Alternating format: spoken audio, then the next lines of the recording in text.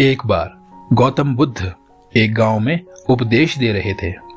लोग अपनी अपनी परेशानियों को लेकर उनके पास आते और अपनी परेशानियों का हल लेकर खुशी खुशी वहां से चले जाते। उस गांव में सड़क के किनारे एक गरीब व्यक्ति बैठा रहता था। वह सभा में जाने वाले लोगों को ध्यान से देखता। उसे बड़ा आश्चर्य होता कि लोग अंदर तो अपना दुखी चेहरा लेकर जाते हैं, लेकिन जब वे वापस आते हैं तो बड़े प्रसन्न दिखाई देते हैं। उस गरीब को लगा कि क्यों ना वह भी अपनी समस्या बुद्ध के सामने रखे। वह महात्मा बुद्ध के पास पहुंचा। वहां जाकर उस व्यक्ति ने देखा कि लोग एक पंक्ति में खड़े होकर उन्हें अपनी समस्याएं बता रहे थे। बुद्ध मुस्कुराते हुए इन सब की समस्याएं हल कर रहे थे। जब उसकी बारी आई तो उसने सबसे पहले महात्मा बुद्ध को प्रणाम किया। उस गरीब आदमी ने बुद्ध से कहा, भगवान, इस गांव में लगभग सभी लोग खुश हैं, समृद्ध हैं, फिर मैं ही क्यों गरीब हूं?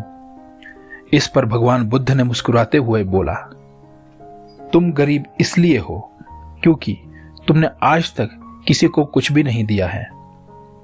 वह आश्चर्यचकित होकर बोला, भगवान, मेरे पास भला दूसरों को देने के लिए क्या है?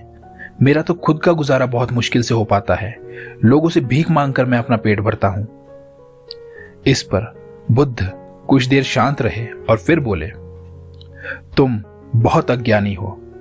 औरों को बांटने के लिए भगवान ने तुम्हें बहुत कुछ दिया है, मुस्कुराहट दी है जिससे तुम लोगों में आशा का संचार कर सकते हो, मुंह से दो मीठे शब्द बोल सकते हो, दोनों हाथों से लोगों की मदद कर सकते हो। ईश्वर ने जिसे ये तीन चीजें दी हैं वह कभी दुखी और निर्धन नहीं हो सकता। निर्धनता का विचार आदमी के मन में होता है। यह सिर्फ एक भ्रम है, इसे अपने मन से निकाल दो।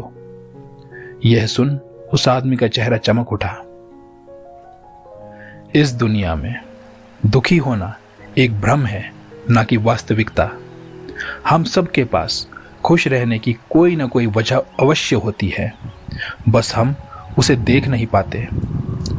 एक सकारात्मक इंसान ही कामयाबी को पा सकता है, जबकि एक नाकामयाब इंसान बस शिकायत करने में ही अपना समय बर्बाद करता है। तो ये कहानी है भगवान बुद्ध की। धन्यवाद।